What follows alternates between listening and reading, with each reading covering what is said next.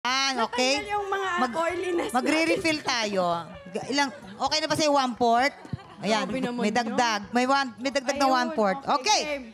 Ito ang iyong pangalawang sang tanong! Sang sabog! Ay, nako, ito na.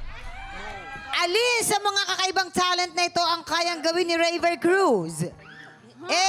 Kaya niyang dilaan ang kanyang siko habang naka-extension ng kanang paa? Hindi. Or B. Kaya ng dila niyang maging korteng W. Siyempre, Ano? kakakwento niya lang sa akin. Kaya niyang dilaan ang siko niya. Ah, talaga? Na ganito, ako nga, konti na lang, aabot ko na eh.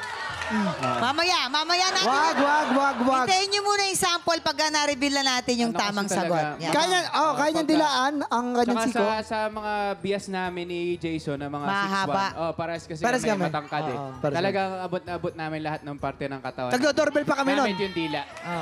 Inaabot namin yung siko namin, tapos nagdo-doorbell pa kami. Actually, bagay kayo talaga. Bagay kayo magsama ni Jason eh. Parang yung laban ng gagamba. Ikaw yung, siya yung gagamba. Oo, gamang bahay. Okay. Yes. Oh, chikahan. Nagme-meeting. Nagme-meeting. Hindi nga.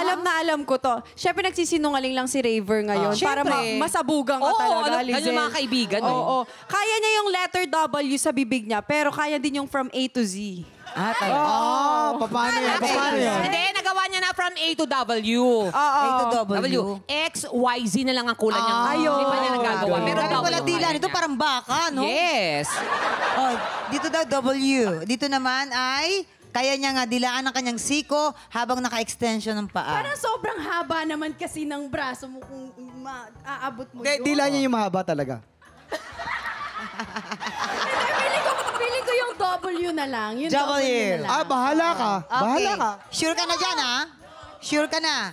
W daw. Tignan natin. Kabog or sabog in 5, 4, 3, 2, ayan na!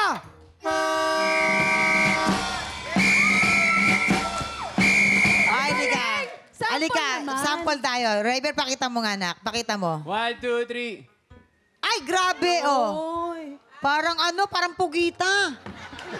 Taray. Lizelle, ito na ang iyong huli. Tatlong, satanong! Sang sabog! O, eto na. Ano ang ibig sabihin ng isang Hebrew word na ipinatato ni Jasmine Curtis Smith sa kanyang likod? A, Jasmine, or B, forever? Mamang, Ano? Dali, actually, forever talaga yan. Sa kabila, forever. Sa kabila, walang forever. Sa kabila, walang tato. Hindi.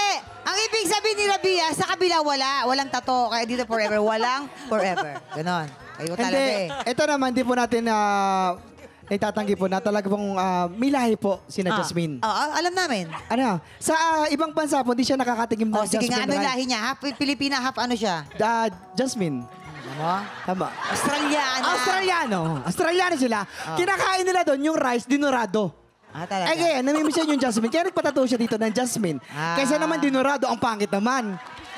Ano tato mo? Dinurado. Ano yan? Kanin? Tama. Kaya pinangalan niya na lang sa pangalan niya. So happy ka doon? Happy ako doon. Sana naging happy rin kayo. Happy siya doon? Alam mo, ito, natanong ko to sa kanya eh.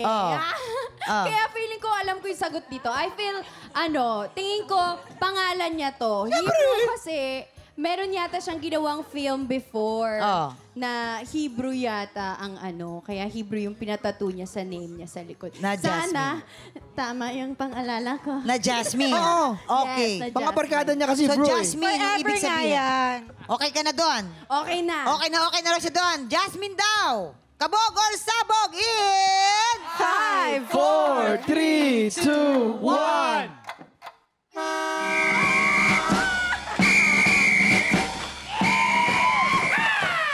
After daw ng shooting niya sa Israel, tsaka niya pinatato yun. Yun pala naman. Ang taray. Kumusta naman? Ayun, maraming salamat po. Ayan na. Tinagal Sa na. napakasayang laro na to.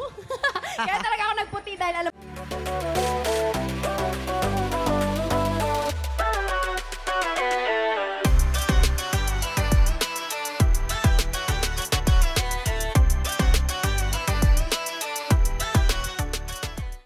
Tropa, pinanood Pinanood mo hanggang sa dulo itong video na to at dahil doon, very good ka. For more happy time, watch more TikTok Clock videos on our official social media pages and subscribe to GMA Network official YouTube channel.